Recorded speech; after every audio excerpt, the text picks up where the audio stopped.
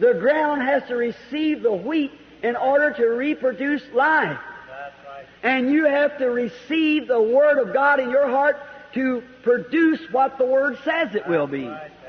O solo tem que receber o trigo a fim de reproduzir a vida.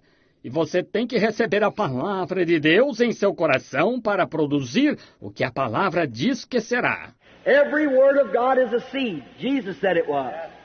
The sower went forth sowing seeds. He said the seed was the Word of God. Cada palavra de Deus é uma semente. Jesus disse que era. O semeador saiu a semear sementes. Ele disse que a semente era a palavra de Deus. And I noticed, a corn will bring forth a corn, a wheat, a barley, a barley. Whatever it may be, it'll produce. And if God's Word is a seed, as Jesus said it was, and it's placed in the human heart, and they're watered by faith, it'll produce anything that God said in His Word that it would do. It'll produce. E agora, observe. Um milho produzirá um milho, um trigo, uma cevada, seja o que for, produzirá. E se a palavra de Deus é uma semente, como Jesus disse que era, e for colocada no coração humano, e lá regada pela fé, ela produzirá qualquer coisa que Deus disse em sua palavra que produziria. Produzirá. If you need salvation, come unto me all you labor and heavy laden, I'll give you rest. If you need healing, He was wounded for your transgressions, with His stripes you were healed. Se você precisa de salvação, vinde a mim todos os que estáis cansados e oprimidos, eu vos aliviarei. Se precisa de cura, ele foi ferido por causa das suas transgressões. Pelas suas pisaduras você foi sarado. God has provided the sacrifice for sin and sickness and weary and trouble and sorrows and all these things. God has provided the sacrifice. He's sure tonight. Deus proveu o sacrifício para o pecado e a doença, e preocupação, e aborrecimento, e tristezas, e todas estas coisas. Deus proveu o sacrifício. Ele está aqui esta noite. Que a paz de Deus, que excede a todo o entendimento, seja abundante em cada coração, e que a gratidão seja a tônica das nossas vidas. Que Deus nos ajude e nos abençoe do menor ao maior, do mais novo ao mais alcançado em anos. Nós queremos iniciar um pequeno estudo sobre ouvir a voz de Deus e esquecer depois tudo aquilo que aprendeu. Portanto, nós vamos descobrir que Salomão perseverou no bem e depois perseverou no erro.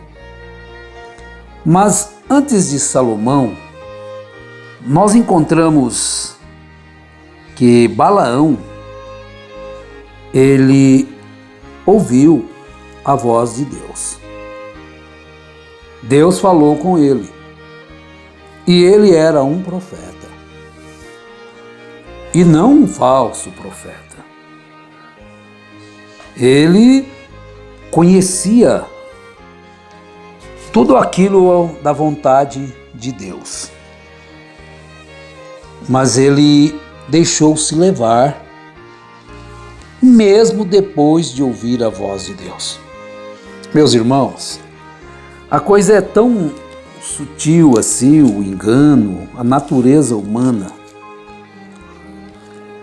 E nós temos aprendido que tudo que existe já existiu antes. No Gênesis é o princípio de todas as coisas. Antes de Balaão, nós vimos que Eva tinha intimidade com Deus. Intimidade com Deus. Mas, no entanto, deixou-se levar por um engano. Deixou-se levar pela conversa da serpente. portanto, pelo engano. Satanás, então, levou a serpente a enganar Eva e trazer a sua semente através de Eva.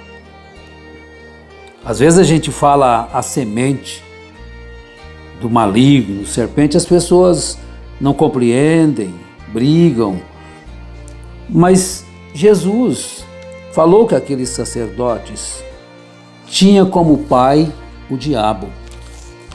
E São João também falou dos filhos de Deus, dos filhos do maligno. Jesus disse: o trigo e o joio. O trigo é os filhos do rei e o joio, os filhos do maligno. Então não tem como a gente discutir, isso aí não precisa, né? É claro nas Santas Escrituras. Mas Deus veio até Balaão e falou com ele. Falou com ele. E ele, da primeira vez que chegou, ele fez certinho. Balaque mandou chamá-lo para amaldiçoar. E eles foram a Balaão. E Balaão fez o que deveria fazer. Ele não tomou a decisão precipitada. Ele foi orar. Ele falou para eles: passai aqui esta noite e vos trarei a resposta, como o Senhor me falar. Então, no verso 9 de Números 22, a palavra nos diz: e veio Deus a Balaão e disse: quem são estes homens que estão contigo? E Balaão disse a Deus: Balaque, filho de Zippor, rei dos Moabitas, nos enviou, dizendo. Então, veja que Deus apareceu, falou com ele. Ele ouviu a voz de Deus. Então disse Deus a Balaão: não irás com eles, nem amaldiçoarás a este povo, porquanto bendito é. Não irás com ele. Então Balaão levantou-se pela manhã e disse aos príncipes o que Deus disse para ele falar. E ele falou assim: porque o Senhor recusa deixar-me ir convosco. Até aí? Agora veja o perigo que a gente corre. Balaão era um profeta. E ele está lá no Apocalipse com uma doutrina que Deus odeia. Balanita. São as três, né? Balanita, Jezabelita e Nicolaíta. Então vejam bem. Pronto, é assunto encerrado. Quando Deus toma uma decisão, nós vimos isso aí. Está tomada, Deus não tem que aperfeiçoar. Deus não tem que aprender mais. O homem, ele não pode ser inflexível, no sentido. Quando se trata de si mesmo, de suas razões, de seu entendimento, dos seus pensamentos, do que ele acha, ele tem que ser flexível. Porque ele está sempre em aprendizado. Como diz aquele ditado, é morrendo e aprendendo. Ele tem que estar disposto a voltar atrás. Ele tem que estar disposto a pedir perdão. Ele tem que estar disposto a consertar. Todas as pessoas. Não, mas só o fulano, o Beltrano, não. O do menor, do mais simples dos homens, porque diante de Deus todo mundo é igual. Oh, então eu sou o pastor, eu não tenho... Não, eu estou disposto a corrigir aquilo que eu errar. Então, Balaão fez uma coisa correta. Começou bem. Não irás com eles, nem amaldiçoarás este povo. Mas Balaão falou desse jeitinho para os enviados de Balaque: ide à vossa terra, pode ir embora, porque o Senhor recusa deixar-me ir convosco. Eu não irei. Mas eles insistiram. Não, vamos fazer o seguinte, vamos dar mais dinheiro para ele, Vamos mandar uns príncipes falar com ele, os mais elevados. Então ele arrumou outras pessoas, né? Porém Balaque prosseguiu ainda em enviar mais príncipes e mais honrados do que aqueles. Então ele diz no verso 17: porque grandemente te honrarei e farei tudo o que me disseres. Vem, pois, rogo-te. Agora aqui começa o erro de Balaão. Então Balaão respondeu e disse, no 18, ao servo de Balaque: ainda que Balaque me desse a sua casa cheia de prata e de ouro, eu não poderia ultrapassar o mandado do Senhor meu Deus para fazer qualquer coisa pequena ou grande. Mas aí ele disse: agora, pois, rogo-vos que também aqui fiqueis esta noite, para que eu saiba que o Senhor me dirá mais. Agora o Senhor já tinha dito. A gente quer ouvir muitas vezes: será que está escrito mesmo na palavra desse jeito? Mas Senhor, é muito pesado isso. Será que tem que ser assim? Então é nessa hora que a gente sai da harmonia com Deus. Então Deus tem duas vontades. Ele tem a vontade própria e a vontade permissiva. A permissiva, você vai por sua conta, ele permitiu você ir. Mas ele não quer que você vá. Isso é a permitiva. Não, você quer ir, então você vai. Eu já falei não. E Jesus, quando estava na terra, ele disse: seja, pois, o seu falar sim, sim, não, não. Porque o que diz? Passar é de procedência maligna. Vai, não vai. Fica, não fica. Isso não é negócio de Deus. Deus determina, está determinado. Muitas vezes Deus faz a vontade, deixa a pessoa fazer. Houve um homem na Bíblia, um rei, Ezequias, que pediu mais 15 anos.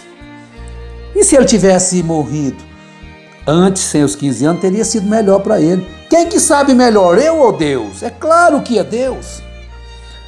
Na mensagem Não Te Enviei Eu, 36, diz assim o profeta: Israel sempre saiu da harmonia de Deus. Nada dá certo até que você regresse para a harmonia de Deus.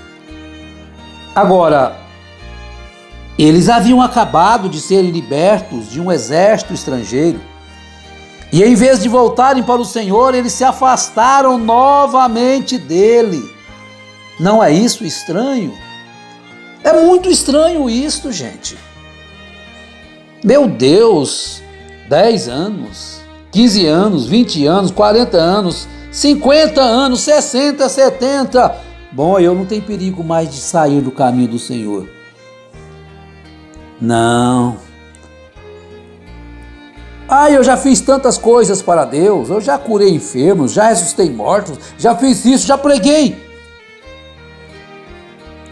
A única coisa que você deve ficar atrás não são as suas experiências, é a palavra.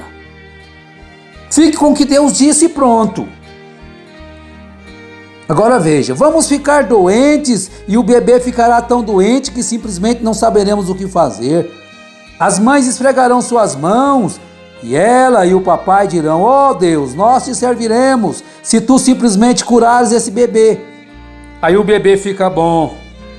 Então você se esquece a respeito disso, veja. É tão fácil esquecer isso. Sim, Senhor. E você vê um acidente que quase tirou sua vida e você diz: eu teria morrido, Senhor. Obrigado por me poupares, eu vou te servir. Mas passa um tempo, então se esquecem a respeito disso, vê? Até que um te apanhe. Então é muito tarde.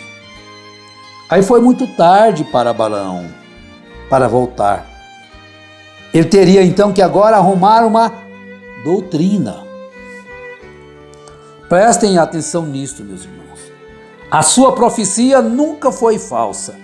Ela nunca destruiu Israel, porque todas as vezes que ele ia profetizar, Deus colocava as palavras na boca dele e ele só abençoava. Mas logo ele criou uma doutrina, um modo de comportamento, um ensino falso. Aí foi a sua perdição. Será que ele tinha esquecido da palavra de Deus? Foi tão claro. Deus veio ele mesmo falar com ele, não enviou nenhum anjo. Então, às vezes, a gente se esquece a respeito. Hein? Até que um te apanhe, então é muito tarde. Geralmente as pessoas se esquecem de Deus, eles nem sempre fazem isto, agradecer a Deus por aquilo, mas na maioria das vezes é tão fácil esquecer quando tudo está indo bem. Então você sabe, ele disse que se você o negligenciar e não servi-lo, então quando suas calamidades vierem, ele simplesmente rirá de você. Vê você? Portanto, você deve se lembrar, temos que manter Deus em primeiro lugar. Mas quando se esquece, então nós colocamos outras coisas, nós demos ênfase a outras coisas. Mas, meus irmãos, nós veremos mais personagens